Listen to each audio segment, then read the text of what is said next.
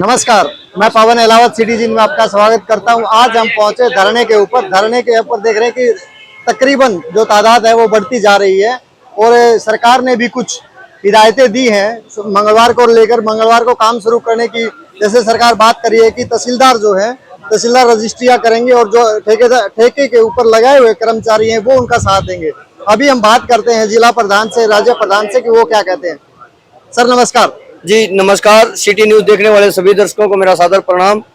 Sir जो तहसीलदार ने तहसीलदार को बोला रजिस्ट्रियां करने के लिए, आप उसके ऊपर क्या कहेंगे और आपकी क्या अभी जो रणनीति है आगे को लेकर।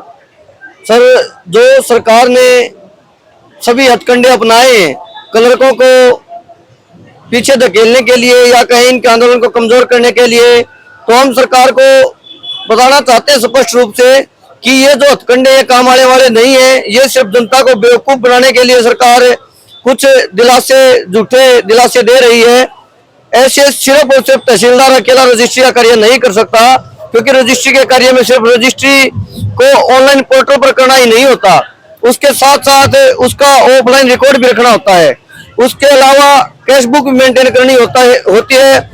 और जब डॉक्यूमेंट तहसीलदार के पास आते हैं उससे पहले रजिस्ट्री क्लर्क करीब 47 प्रकार के ऑब्जेक्शन उसके ऊपर चेक करता है एक डीड के ऊपर।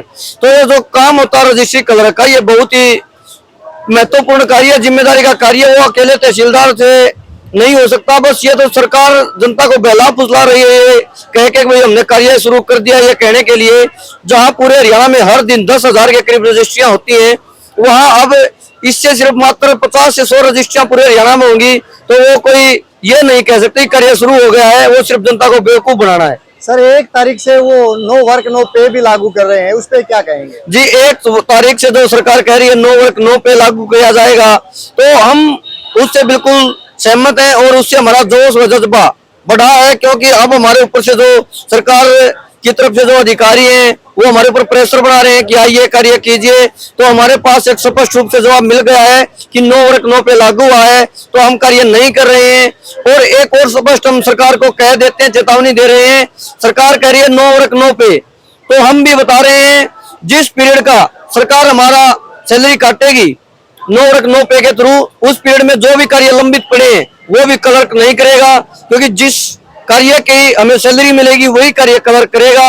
और उसी के लिए हम बैठे हैं। काम के बदले हम दाम मांग रहे हैं। जो हमारा कार्य है उसकी समीक्षा करे सरकार, और उसके अनुरूप हमारी जो 35-400 जो बढ़ती है वो सैलरी लागू करे। और ये आंदोलन जल्द से जल्द खत्म करके जनता को, और जो लिपिक के वर्ग है, कर्मचारी वर्ग है, जो इतने दिन से परेशानियां स्टैंड के अंदर झेल रहा है, कहीं बारिश तो कहीं गर्मी की, तो इसको भी समाप्त करें ताकि हम अपने कार्यालय में जाके अपना कार्य सुचारू रूप से शुरू कर सकें। अभी क्या दोबारा वार्ता के लिए आप तैयार हैं और क्या वार्ता होगी अभी? जी वार्ता के लिए हमारा क्लरिकल एसोसिएशन बिल्कुल पूर्ण रूप से सहमत है और तैयार है। जब चाहे सरकार हमें जहां चाहे बुला सकती है, हम वार्ता से पीछे नहीं हटेंगे। और अभी तक सरकार के पास से दोबारा कोई कॉल नहीं आई है वार्ता के लिए।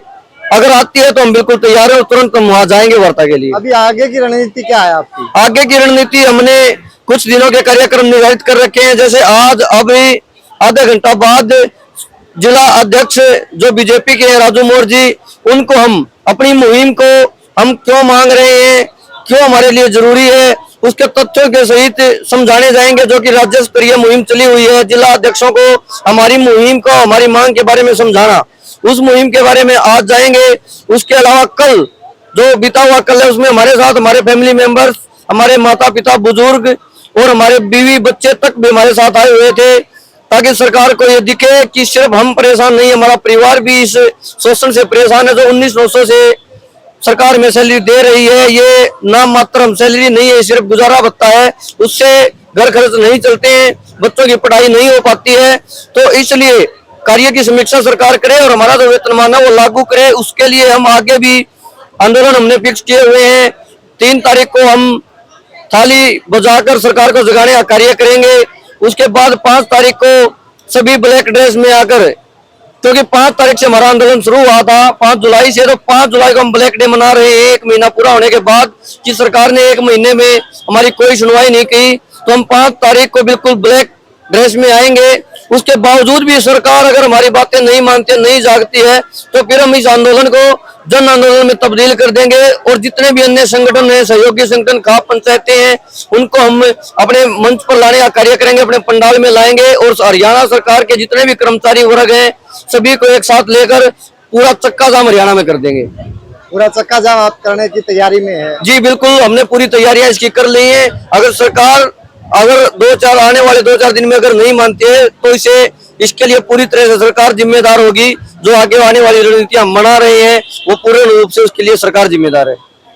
धन्यवाद जी धन्यवाद। जिला प्रधान ने हमें ये बताया कि आने वाले समय के अंदर, कुछ ही समय के अंदर, ये नई रणनीति के साथ 5 तारीख को ब्लैक डे, क्योंकि उनका 30 दिन हो जाएंगे यहाँ पे बैठे हुए, 5 तारीख को ये ब्लैक डे बनाएंगे और 5 तारीख के बाद इनका जो आंदोलन है वो उग्र हो जाएगा। आगे फिर ये रोड जाम भी करेंगे, हरियाणा को पूरा जाम भी करेंगे।